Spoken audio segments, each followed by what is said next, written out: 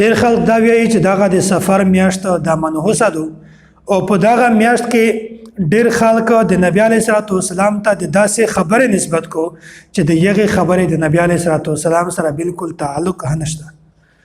موضوع حدیث منګړت حدیث دا حدیث چې هغه د خپل جوړ کړی دی په صحیح سند سره نبی علیه السلام نه کله نه دی ثابت او د داسې حدیث نسبت د نبی علیه السلام طرف ته کی هغه خبره ده من بشرنی بخروج سفره بشرته بالجنه.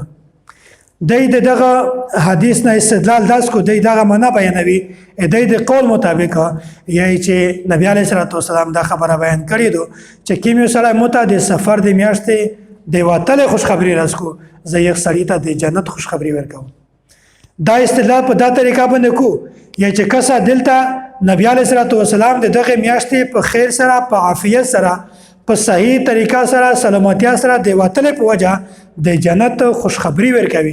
دغه نه د مطلب معلومه شوه چې دا میاشت د منحوسه ده دغه د وجه نه خو نبی علیه السلام د جنت خوشخبری ورکوي. کچیره د میاشت منحوسه نه وای نو نبی علیه السلام د دغه په تراول باندې کله د جنت خوشخبری چاته نه ورکوي. نو اوله خبره تاسو په ذهن کې کښینوئ. اوله خبره خدا دو چې دا حدیث موضوع دی منګړت دی خلک خپل جوړ کړی دی په صحیح سند سره نبی علیه السلام نه دا حدیث ثابت نه دی.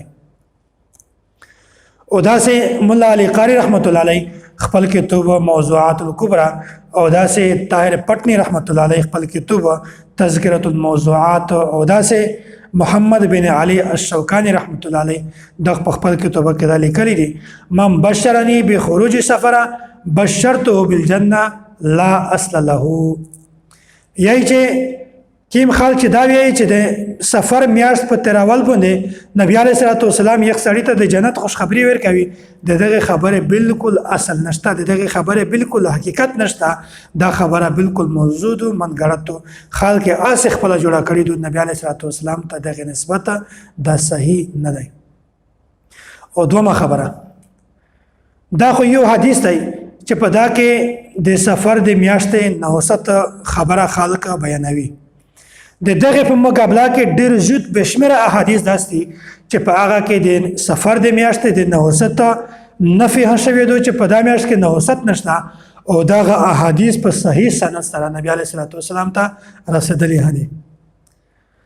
نو د دغه ډېر احادیث په مقابله کې یو موضوع حدیث په باندې عمل کړل هغه روخستل دا بالکل جهالت ته بالکل نامناسبه خبره ده او دا بالکل د خلاف شریعت خبره ده. دومره خبره دا چې کوم حدیث ته من بشرنی بخروج سفره بشرته بالجنه په دا کې صرف د بشارت او تذکرہ دو په دا کې د نحوست او تذکرہ بالکل شته نه.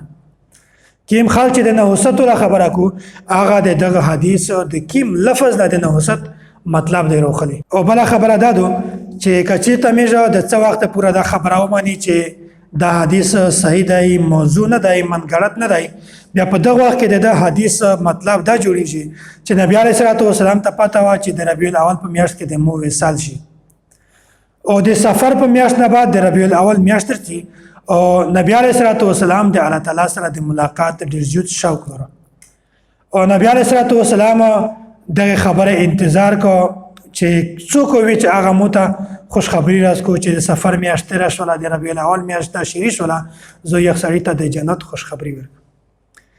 دغه مناسبت وجنه نبی علیه السلام دا خبره بیان کړی دی چې زه یو سړی ته د جنت خوشخبری ورکوم.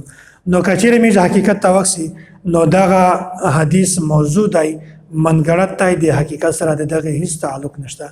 په صحیح سند سره نبی علیه السلام ته د حدیث کله نه ثابتېږي. نو الله تعالی د میاشتو د حقیقت سمجھ نصیب کو او الله تعالی د میاشتو د صحیح عقیده سمجھ نصیب کو. واخر دعوانا ان الحمد لله رب العالمین.